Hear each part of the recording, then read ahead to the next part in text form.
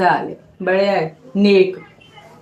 मुझे इस्लाम जितनी गंदगी तुम लोगों में है ना, नंगा कर रही हूँ ना, नंगा,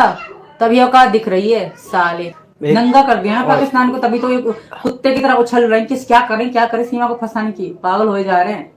उछल कूद कर रहे हैं कि सीमा को फंसाएं, किस तरह परेशान किस तरह से करें। हेलो, मैं इंडिया में हूँ, पाकिस्तान तो है ही गंदगी, वहां पे है ही गंदे दरिंदे लोग, बहनों पे बुरी नजर डालने वाले लोग हैं वहां पे। मुझे वहां से कोई अच्छाई की उम्मीद हो भी नहीं सकती, ना है ना कभी होगी भी। सही जन्नत में जाओगे, जन्नत में जाएंगे, स्वर्ग,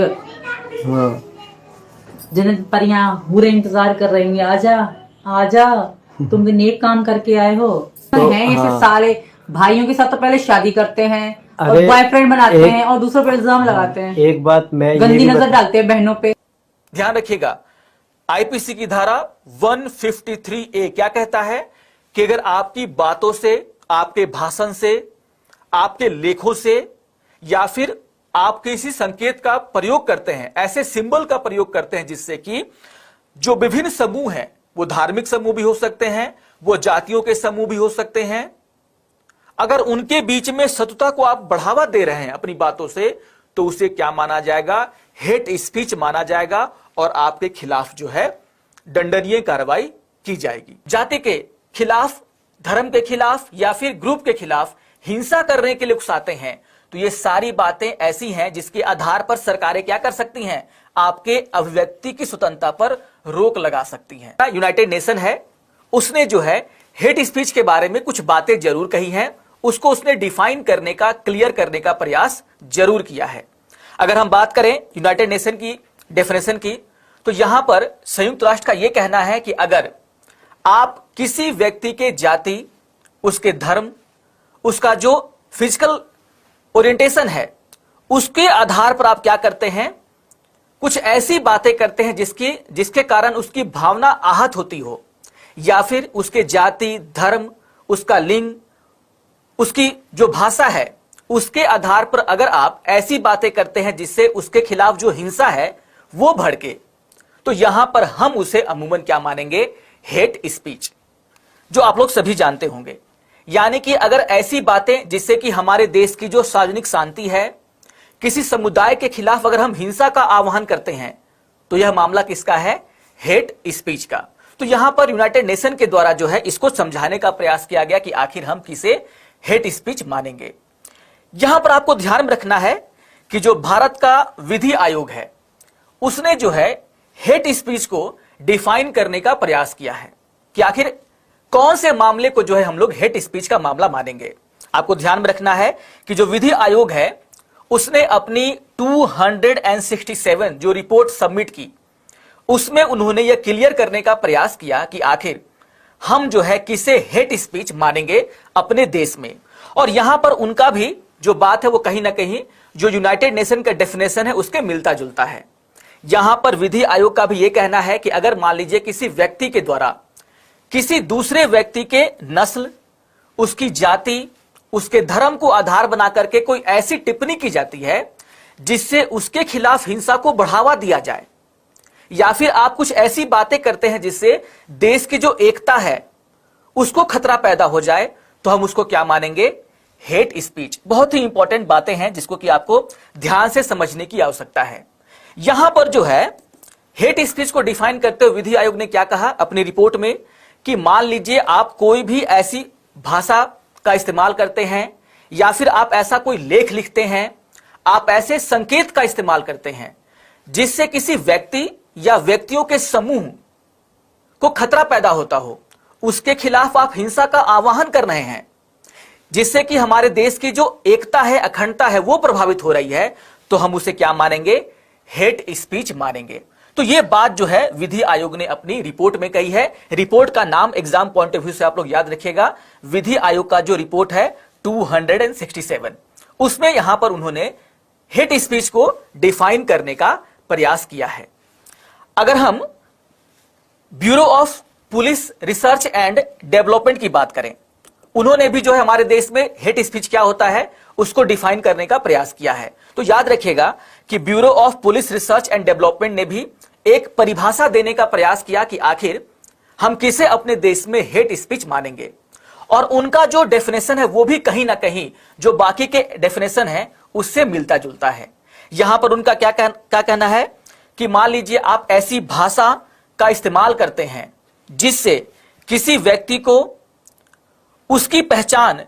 जैसे उसकी जो जाति है, वह कौन सी भाषा बोलता है, वह किस कलर का है, उसका जो लिंग है यानी कि वो महिला है या पुरुष है, उसके आधार पर आप ऐसी बातें कहते हैं जिससे उसका अपमान होता हो, उसके खिलाफ हिंसा को बढ़ावा दिया जाता हो, तो हम ऐसी बातों को क्या मानेंगे? Hate speech. तो यहां पर अलग अलग तरीके से जो है, चाहे हम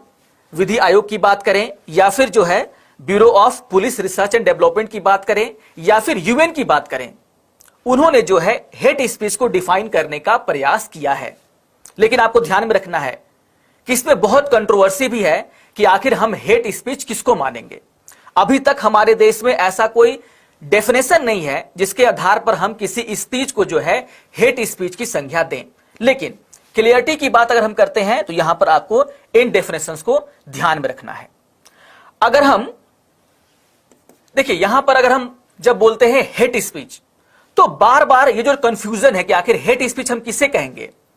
उसका सबसे बड़ा जो कारण है वो ये है कि हम हेट स्पीच और फ्री स्पीच में अंतर नहीं कर पाते हैं। देखिए, हेट स्पीच एक अलग मामला है और फ्री स्पीच एक अलग मामला है, और दोनों को कभी कभी क्या किया जाता है, एक साथ जोड़ दिया जाता है। बहुत लोगों का यह कहना है कि हमारे देश में तो हमें क्या है, बोलने की आजादी है, तो अगर कोई व्यक्ति अगर किसी जाति के बारे में, किसी धर्म के बारे में अगर अपनी राय रखता है तो वह हेट स्पीच कैसे हुआ। तो बार बार बुद्धिजीवियों में, लोगों के बीच में हेट स्पीच और फ्री स्पीच को लेकर के चर्चाएं होती रहती हैं। लाजमी भी है, आप सभी जानते हैं कि हमारा जो संविधान है और हमारे संविधान का अनुच्छेद 19(1)(a) क्या कहता है कि हमारे देश के नागरिकों को भाषण और अभिव्यक्ति की स्वतंत्रता का अधिकार होगा। लेकिन आप सभी जानते हैं कि जो अधिकार हमारे संविधान में हमें दिए गए हैं वे एब्सोल्यूट राइट नहीं हैं, वे पूर्ण अधिकार नहीं माने जाते। क्यों नहीं माने जाते? यहां पर हमारे संविधान में इस बात का भी उल्लेख किया गया है कि मान लीजिए अगर आप जो आपको अधिकार दिए गए हैं उसका गलत इस्तेमाल करते हैं तो यहां पर सरकारें क्या कर सकती हैं, आपके अधिकार पर रीजनेबल रिस्ट्रिक्शन मतलब उचित प्रतिबंध लगा सकती हैं। तो यहां पर आप सभी जानते होंगे कि जो अनुच्छेद 19(2) है वो क्या कहता है कि हमें जो अभिव्यक्ति की, भाषण की स्वतंत्रता का अधिकार दिया गया है,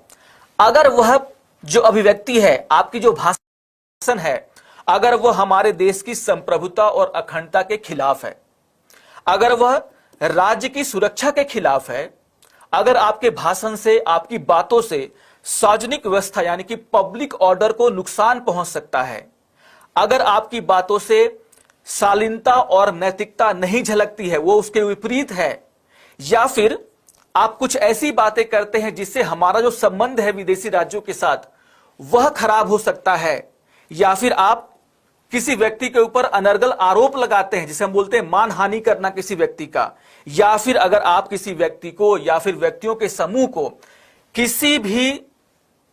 जाति के खिलाफ, धर्म के खिलाफ या फिर ग्रुप के खिलाफ हिंसा करने के लिए उकसाते हैं, तो ये सारी बातें ऐसी हैं जिसके आधार पर सरकारें क्या कर सकती हैं, आपके अभिव्यक्ति की स्वतंत्रता पर रोक लगा सकती हैं। रीजनेबल है तो उचित प्रतिबंध यहां पर लगा सकती हैं सरकारें, अगर आपने इसमें से कोई भी एक काम किया है तो। यहां पर आप देखोगे कि कहीं पर भी हेट स्पीच का चर्चा नहीं किया गया है। तो बहुत सारे लोग यह मानते हैं कि हेट स्पीच जो है वह अनुच्छेद 19(2) का तो भाग है नहीं। लेकिन आपको ध्यान में रखना है, जैसे मैंने कहा हेट स्पीच, अगर आप किसी जाति, किसी धर्म, किसी व्यक्ति के खिलाफ, किसी महिला, किसी पुलिस या फिर जो हमारे SC ST हैं उनके खिलाफ अगर आप अभद्र भाषा का इस्तेमाल करते हैं, उससे क्या होगा, हमारे देश की जो सार्वजनिक व्यवस्था है वो भंग होगी, हमारे देश की जो छवि है विदेशों में वो खराब होगी। तो यहां पर क्या है कि डायरेक्टली तो यहां पर हेट स्पीच का नाम नहीं लिया गया, लेकिन इनडायरेक्टली अगर हम देखते हैं तो यहां पर यह मामला हेट स्पीच से भी जुड़ा हुआ है कि अगर आप ऐसी कोई बातें कहते हैं जिससे समाज में क्या हो, एकता को खतरा पैदा हो जाए, सार्वजनिक व्यवस्था को खतरा पैदा हो जाए, जो छवि है देश की वो खराब हो जाए, तो ऐसी बातों पर भी हम क्या कर सकते हैं, रीजनेबल रिस्ट्रिक्शन लगा सकते हैं। लेकिन ये आपको ध्यान में रखना है कि जो अनुच्छेद 19(2) है वहां पर डायरेक्टली हेट स्पीच का तो नाम नहीं लिया गया है, लेकिन इनडायरेक्टली हम इसको इससे जोड़ करके देख सकते हैं। अब अगर हम बात करते हैं कि आखिर हमारे देश में हेट स्पीच को लेकर के जो कानून है वो क्या कहते हैं, इसको समझना आपके लिए बहुत ही जरूरी है कि आखिर हेट स्पीच को लेकर के जो आईपीसी की धाराएं हैं वो क्या कहती हैं। तो अक्षर से इसको समझने का प्रयास करेंगे। देखिए, जो भारतीय दंड संहिता है यानी कि आईपीसी है, उसकी कुछ धाराएं, जैसे धारा 153A बहुत ही इंपॉर्टेंट धारा है। जो धारा 153A वो क्या कहता है कि मान लीजिए आप ऐसी कोई बातें करते हैं, ऐसा कोई लेख लिखते हैं, ऐसा कोई संकेत का इस्तेमाल करते हैं जिससे विभिन्न समूहों के बीच शत्रुता को बढ़ावा दिया जाता है, तो यहां पर यह क्या है, आपके लिए दंडनीय अपराध है। ध्यान रखिएगा, आईपीसी की धारा 153A क्या कहता है कि अगर आपकी बातों से, आपके भाषण से, आपके लेखों से या फिर आप किसी संकेत का प्रयोग करते हैं, ऐसे सिंबल का प्रयोग करते हैं जिससे कि जो विभिन्न समूह हैं, वो धार्मिक समूह भी हो सकते हैं, वो जातियों के समूह भी हो सकते हैं, अगर उनके बीच में शत्रुता को आप बढ़ावा दे रहे हैं अपनी बातों से, तो उसे क्या माना जाएगा, हेट स्पीच माना जाएगा और आपके खिलाफ जो है दंडनीय कार्रवाई की जाएगी।